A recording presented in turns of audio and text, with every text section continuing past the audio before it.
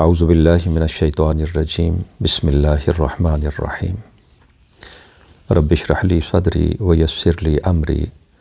واحلل عقدۃ من لسانی یفقہوا قولی اللہم صلی علی سیدنا محمد وعلی آل سیدنا محمد وبارک وسلم۔ دنیا میں رہتے ہوئے ہمیں اکثر دوسروں سے مدد لینے کی ضرورت پڑتی رہتی ہے، تو جب کبھی کسی سے مدد لینے کی ضرورت ہو، اس کے لیے ہمارے پیارے آقا صلی اللہ علیہ وآلہ وسلم نے ہمیں جو آداب سکھلائے ہیں، دین اسلام کی تعلیمات میں ہمیں جو رہنمائی ملتی ہے، اس میں سب سے پہلی بات، کسی بندے سے سوال کرنے سے پہلے ہمیں اپنے رب کی بارگاہ میں رجوع کرنا چاہیے۔ آپ کو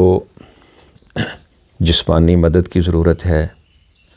عقلی مدد کی ضرورت ہے، روحانی مدد کی ضرورت ہے۔ آپ نے کوئی بھاری چیز ایک جگہ سے اٹھا کے دوسری جگہ رکھنی ہے، آپ نے کوئی مسئلہ الجھا ہوا ہے اور آپ کسی زیرک دانا انسان کی مدد چاہتے ہیں، یا ڈاکٹر لوگ بے بس ہو گئے اور آپ محسوس کرتے ہیں کہ کوئی روحانی بندہ کوئی روحانی علاج کرے، ان تینوں صورتوں میں سب سے پہلے ہمیں اپنے رب کی بارگاہ میں رجوع کرنا چاہیے۔ کسی بندے سے یہ کہنے کے سے پہلے کہ آپ آئیں اور میری مدد کریں، ہمیں اپنے رب کی طرف رجوع کرنا چاہیے۔ اللہ، مجھے مدد کی ضرورت ہے۔ مسائل الجھ جائیں، کسی زیرک دانا انسان سے ہم مدد حاصل کرنا چاہیں، پہلے اپنے رب کی بارگاہ میں عرض کریں، میرے مالک، مجھے مدد چاہیے، اور پھر اس دانا انسان سے رابطہ کریں۔ کسی پیر و مرشد کی بارگاہ میں جانا ہو تو پہلے اپنے رب کی بارگاہ میں عرض کریں، میرے پروردگار، میں جا رہا ہوں تیرے ایک ایسے بندے کے پاس جس کے بارے میں میری معلومات یہ ہے کہ اس کے دم سے، اس کی دعا سے مشکلیں آسان ہوتی ہیں۔ اللہ کی بارگاہ میں دعا کرنے کے بعد پھر جب آپ کسی سے رابطہ کریں گے تو اللہ تعالیٰ اس کے دل میں آپ کے لیے ایک نرم گوشہ پیدا فرما دے گا۔ وہ بندہ آپ کی بات کو توجہ سے سنے گا، اور وہ جو کچھ بھی کوشش کرے گا اس میں اللہ جل جلالہ کی طرف سے برکات بھی شامل ہوں گی۔ ہمارے پیارے آقا صلی اللہ علیہ وسلم کی ایک حدیث جسے امام ترمذی رحمۃ اللہ تعالیٰ علیہ نے ابواب الدعوات میں، یہ آخری باب ہے اس ابواب الدعوات کا، ثابت بنانی رحمۃ اللہ تعالیٰ علیہ حدیث پاک کی روایت کرتے ہیں۔ ایک روایت میں ثابت بنانی نے یہ روایت حضرت انس رضی اللہ تعالیٰ عنہ سے لی، اور ایک میں وہ براہ راست کہتے ہیں ان رسول اللہ صلی اللہ علیہ وسلم قال۔ حدیث کے الفاظ ہیں لِيَسْأَلْ أَحَدُكُمْ رَبَّهُ حَاجَتَهُ حَتَّى يَسْأَلَهُ الْمِلْحَ وَحَتَّى يَسْأَلَهُ شِسْعَ نَعْلِهِ إِذَا انْقَطَعَ۔ یعنی ایک بندے کو اپنی ہر حاجت اپنے رب سے مانگنی چاہیے، یہاں تک کہ اگر کسی بندے کو نمک جیسی معمولی چیز چاہیے تو وہ بھی اپنے رب سے مانگے۔ بندے کے جوتے کا تسمہ ٹوٹ جائے تو اس مشکل سے نکلنے کے لیے بھی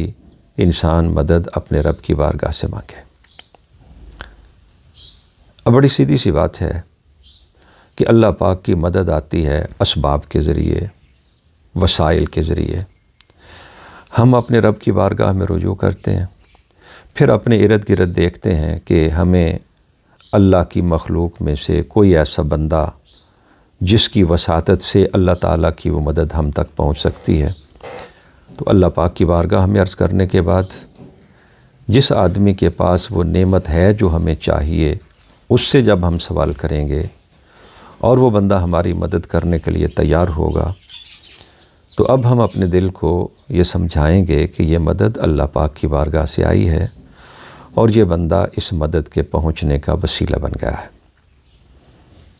اور یہی ہے ایاک نستعین کا صحیح مفہوم۔ بعض لوگ ایاک نستعین کا ترجمہ کرتے ہوئے بریکٹیں ڈالتے ہیں، انبیاء سے مدد نہیں مانگتے، اولیاء سے مدد نہیں مانگتے۔ یہ بریکٹیں ڈالنے کی کوئی ضرورت نہیں۔ سیدھی سی بات ہے، جسمانی مدد کی ضرورت ہو تو، عقلی مدد کی ضرورت ہو تو، روحانی مدد کی ضرورت ہو تو ہم براہ راست اپنے رب کی بارگاہ میں سوال کرتے ہیں، اور اس کی بارگاہ میں سوال کرنے کے بعد پھر اپنے ارد گرد دیکھتے ہیں کہاں ہے اللہ کی دی ہوئی وہ طاقت جو ہماری مدد کے لیے پہنچ سکتی ہے۔ پھر رب کی دی ہوئی اس طاقت کو ہم مدد کے لیے پکارتے ہیں۔ جب مدد پہنچ جاتی ہے، ہمارا عقیدہ یہ ہے کہ یہ مدد اللہ پاک کی طرف سے آئی، اور یہ بندہ یا یہ چیز جس میں اللہ پاک نے یہ صلاحیت رکھی ہے وہ اللہ کی مدد کے پہنچنے کا وسیلہ بن گئی ہے۔ تو پہلا ادب، کسی بندے سے سوال کرنے سے پہلے اللہ کی بارگاہ میں رجوع کیا جائے، اور پھر کسی بندے کی طرف رجوع کیا جائے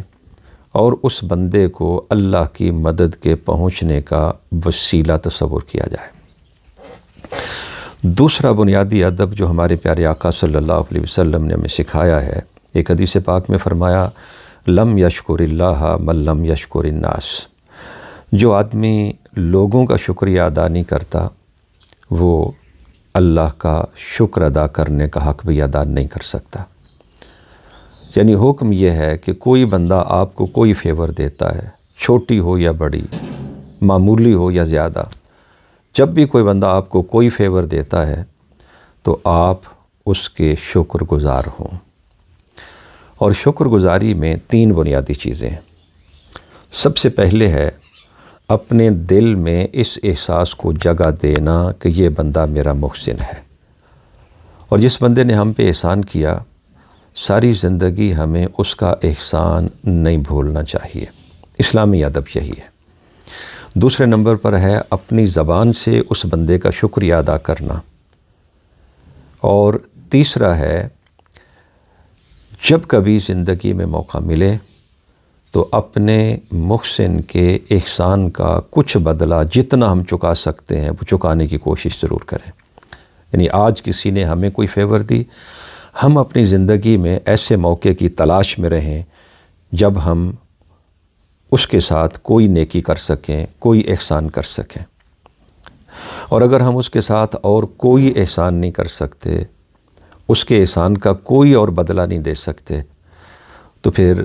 ہمیں اس کے لیے دعائے خیر کرنی چاہیے، اور اتنی دعا کرنی چاہیے، اتنی دعا کرنی چاہیے ہمارا دل یہ کہے کہ اس نے جتنا احسان کیا میں نے اس کے حساب سے اسے دعائیں دے دیں۔ تو پہلی بات، ہمیں سب سے پہلے اللہ کی طرف رجوع کرنا چاہیے کسی سے مدد مانگنے سے پہلے، اور دوسرا ادب یہ ہے کہ جب کوئی بندہ ہماری مدد کرے تو ہمیں اس کا شکر گزار ہونا چاہیے۔ ہمارے معاشرے میں یہ بہت بڑی بدقسمتی ہے کہ لوگ کسی کا شکریہ ادا کرتے ہوئے اپنی توہین محسوس کرتے ہیں۔ نبی کریم صلی اللہ علیہ وسلم کی دی ہوئی تعلیم یہ ہے کہ جس نے آپ کے ساتھ اس نے سلوک کیا آپ اس کے شکر گزار ہوں، اور شکر گزاری کے 3 بنیادی تقاضے میں نے عرض کر دیے۔ ہمیشہ اپنے دل میں انسان اس بات کو جگہ دیے رکھے کہ یہ بندہ میرا محسن ہے، زبان سے اس کا شکریہ ادا کرے، اور پھر پوری کوشش کرے اگر اس کے احسان کا کوئی بدلہ چکا سکے تو۔ اب نبی کریم صلی اللہ علیہ وسلم کی اس تعلیم پر اگر آپ غور کریں اور اس کے فوائد اور اس کے ثمرات کا جائزہ لیں تو زندگی میں جب کبھی آپ کو مدد کی ضرورت پڑی آپ نے اپنے اللہ کی طرف رجوع کیا۔ بار بار اللہ کی طرف رجوع کرنے کا نتیجہ یہ ہوگا کہ دل اللہ کی یاد سے مانوس ہو جائے گا، دل میں رب تعالیٰ کی یاد پیدا ہو جائے گی، ایسی یاد کہ ایک لمحہ بھی آپ اپنے رب کو نہیں بھولیں گے۔ اور جب آپ کسی کا شکریہ ادا کرتے ہیں، اس کے شکر گزار ہوتے ہیں، تو وہ بندہ پھر بھی آپ کے ساتھ نیکی کرنے کے لیے تیار ہوگا اور اس کا جی چاہے گا کہ وہ آپ کے ساتھ اور حسن سلوک کرے اور حسن سلوک کرے۔ یہ شکریہ کے دو لفظ نہ بول کے ہم اپنا ہی نقصان کرتے ہیں، اور معاشرے میں، مسلم معاشرے میں باہمی پیار محبت کی فضا پیدا کرنے کے لیے اللہ کے رسول صلی اللہ علیہ وآلہ وسلم نے جو تعلیمات دی ہیں،